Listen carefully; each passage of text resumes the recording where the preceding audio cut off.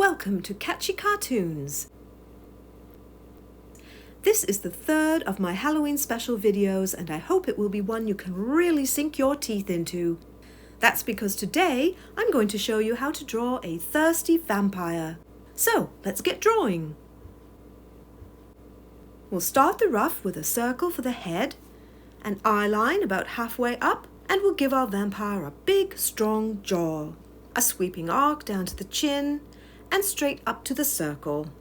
Since this vampire is going to be very cartoony, we'll give him a big and exaggerated hooked nose, 2 ovals for the eyes, angled inwards and set close together. We'll place the irises just outside his eyes. Let's go ahead and give him some evil eyebrows. And we'll comb his hair back into a silly point. There's a strange term used to describe this hairstyle. Do you happen to know what it is? And of course, very pointy vampire teeth, with a big pointy ear. Now we want our vampire to be leaning forward, as if he's just laid eyes on his next unfortunate victim. So we'll start his body with the line of action beginning at the toes. This will also double as the leg and the back. A circle for the chest. We'll then start another line and angle it down along the body and through the leg. A sharp turn outwards for the foot. And we'll give our thirsty vampire silly beetle boots. Do any of you out there know what I mean when I say beetle boots? Or am I just very old? We'll rough in the inseam and continue the line up through his chest, creating a center line for his bias. We're going to pose our vampire holding his hands up high as he waits with anticipation for his next gruesome meal. Let's start the hand with a simple triangle for the fingers. Since this vampire is a rather sophisticated fellow, we'll draw him with the pinky extended out. You know, just like how posh people drink a cup of tea.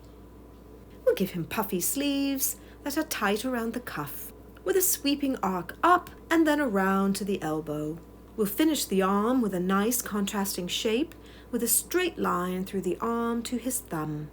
Extend his thumb up against his fingers to once again push the sophisticated body language. Now let's just add a little aggression to the pose by raising his shoulders. We'll give our vampire the same cultured and dainty attitude to his other hand. We won't be drawing this hand as high, and we're going to change the angle of the forearm to avoid something called twinning.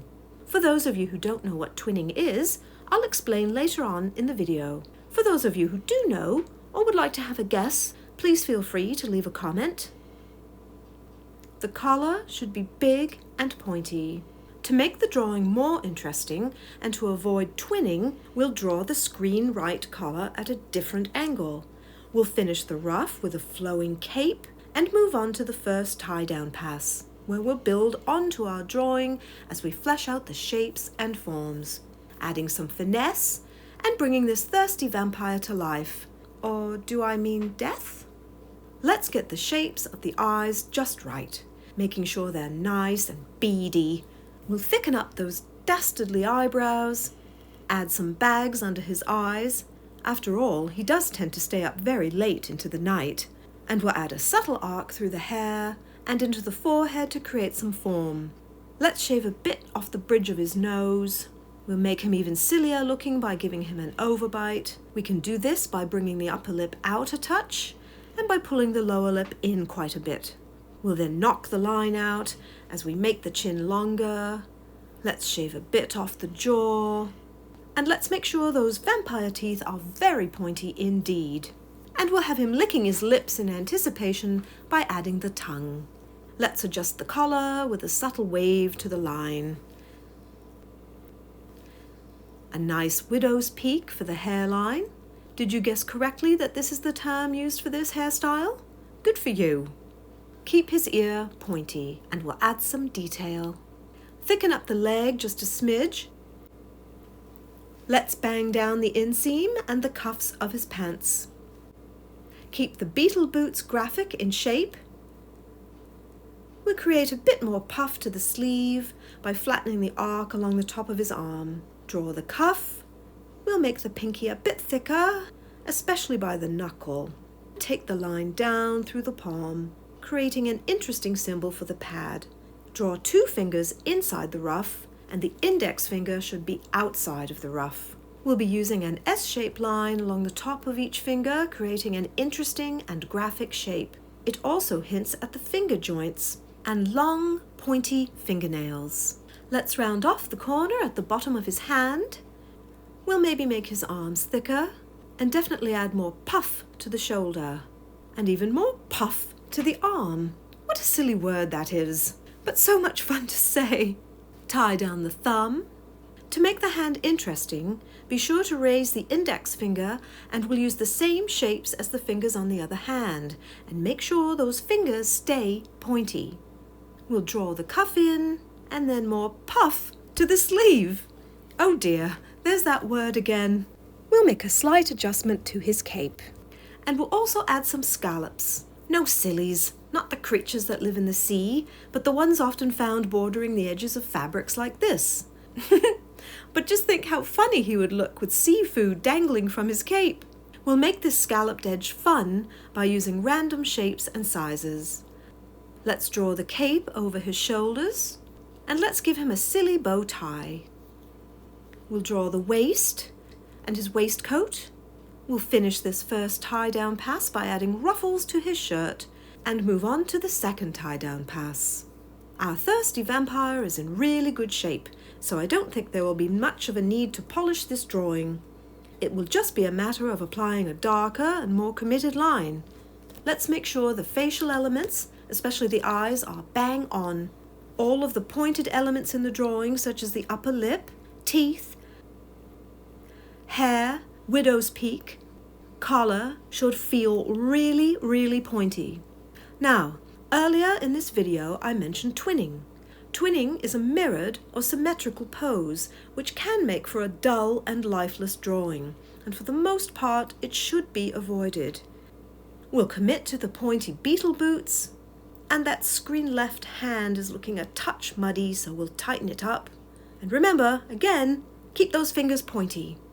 A good example of a pose that can be ruined with twinning, a shrug, a cheer, and if you're not careful, a thirsty vampire holding his hands up in anticipation. Since our drawing is on a 3/4 bias, any twinning won't be as glaring as a front-on view, but twinned elements can still seep into your drawing. This is why I've drawn the eyes and brows with different shapes and sizes, the collar at different angles, the shoulder at different heights, and as mentioned, the forearms and hands at different heights and angles again, and even the scallops. Of course, there are exceptions to the rules, and twinning can be effective when used for certain characters, such as somebody who talks with their hands, a pious person perhaps, or an imposing authoritarian character. But even then, the twinning can be dulled with subtle differences. Let's darken the cape, bow tie, waist, waistcoat, and ruffles. Add some tone to the drawing for a sense of finish, and move on to the cleanup stage, where we'll apply our clean and final line. Since this thirsty vampire is quite cartoony and graphic in design, I'm going to apply a thicker cleanup line than the standard or traditional cleanup line, but because his proportions are fairly traditional, I won't be applying an exceptionally thick or bold line. A thin line for the eyes, because we want the thin line to pop against the thick exterior line of the head, brow, and nose. As usual, the exterior line work should be thicker than the interior line work. Even though we're applying a thicker than usual cleanup line to our vampire, I still think we need to do more to retain the graphic qualities of this design. We'll try to minimize the tapering of the thicks and thins, but be careful, as we can easily deaden the drawing with a bent wire type line. A thick line up the leg and through the chest. A thin line to give the puffy sleeves less weight. We'll carefully clean up his dainty fingers with a nice thin line. And we'll create some movement to the cape by making the thicks and thins more obvious.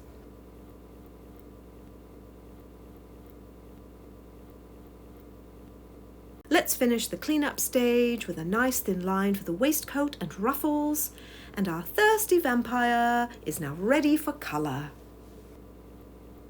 Now, we can all agree that vampires famously wear black, but as I've mentioned in previous videos, black can create a hole in the image, and the line work will get lost against the black. So we'll use purple instead, as purple represents mystery, magic, and a sense of grandeur, which is certainly fitting for this cultured fellow, don't you think? His hair and boots will be the darkest, a lighter tone for the cape, and a slightly lighter tone for his waistcoat and trousers. A lavender shirt, a ridiculous pink bow tie, plum for his tongue, yellow teeth. Perhaps a visit to the dentist is in order? And as a sign of his good health, that is by creatures of the night standards, green skin. Well done! Your thirsty vampire is now ready for Halloween. And remember, why did the vampire want to become an artist? Because he liked to draw blood. Happy Halloween, everyone! Please hit the like button if you enjoyed this video. Click on the subscribe button if you want to see more Catchy Cartoons videos. Hit the bell button to be notified of my next video. And please share this video with family and friends and leave a comment. Perhaps what you would like to see me draw for next year's Halloween. And do send me your thirsty vampire drawing. You just might see it in a future Catchy Cartoons video. Thanks for watching!